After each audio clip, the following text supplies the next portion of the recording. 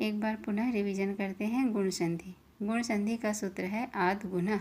सूत्र के अनुसार यदि अ आ के बाद ई उ री और ली रहे तो क्रमशः ए ओ अर और अल हो जाता है।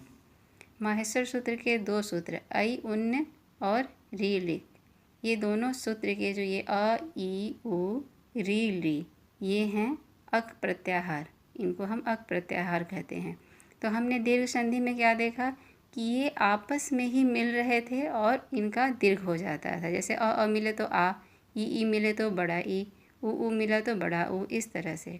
लेकिन अब क्या हो रहा है गुण संधि में, क्या हो रहा है तो गुण संधि में अ आ, सिर्फ अ आ, बाकी जो शेष बचे ई उ री और ली के साथ मिलेंगे।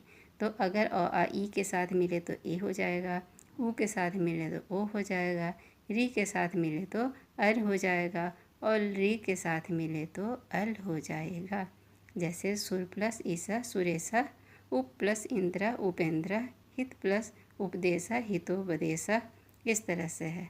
तो ये हमने ये कर दिया संधि, इसको संधि कर दिया। लेकिन अगर पूछा जाए कि सुरेशा दिया हुआ है, ये संधि कौन सा है, तो यही समझना है कि अगर ए आपको दिखा तो ये गुण संधि है, ओ दिखा हितोपदेशा तो ये गुण संधि है। अगर अर दिखा दे वर्षी, अर बीच में जहाँ जोड़ हो रहा है तो ये क्या हो गया गुण संधि हो गया। तवलकारः, यहाँ पे भी जोड़ दिखा, अल है, तवलकारः एक उपनिषद है, उपनिषद का नाम है तवलकारः, एक ऋषि का भी नाम है। तव प्लस लीकारः, ठीक है।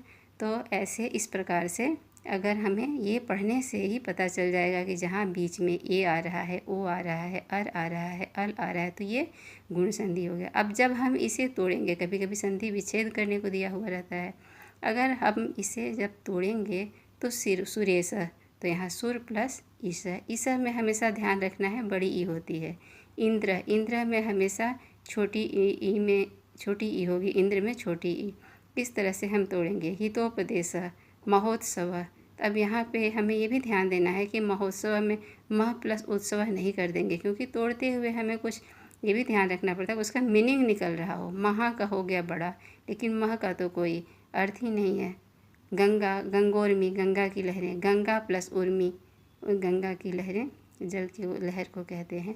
तो यहाँ पे भी हमें इस तरह से तोड़ना है। तोड़ने में ध्यान हमेशा यही रखना पड़ता है कि शब्द जो है सार्थक हो, निरर्थक ना हो कि कुछ भी तोड़ के लिख दिया।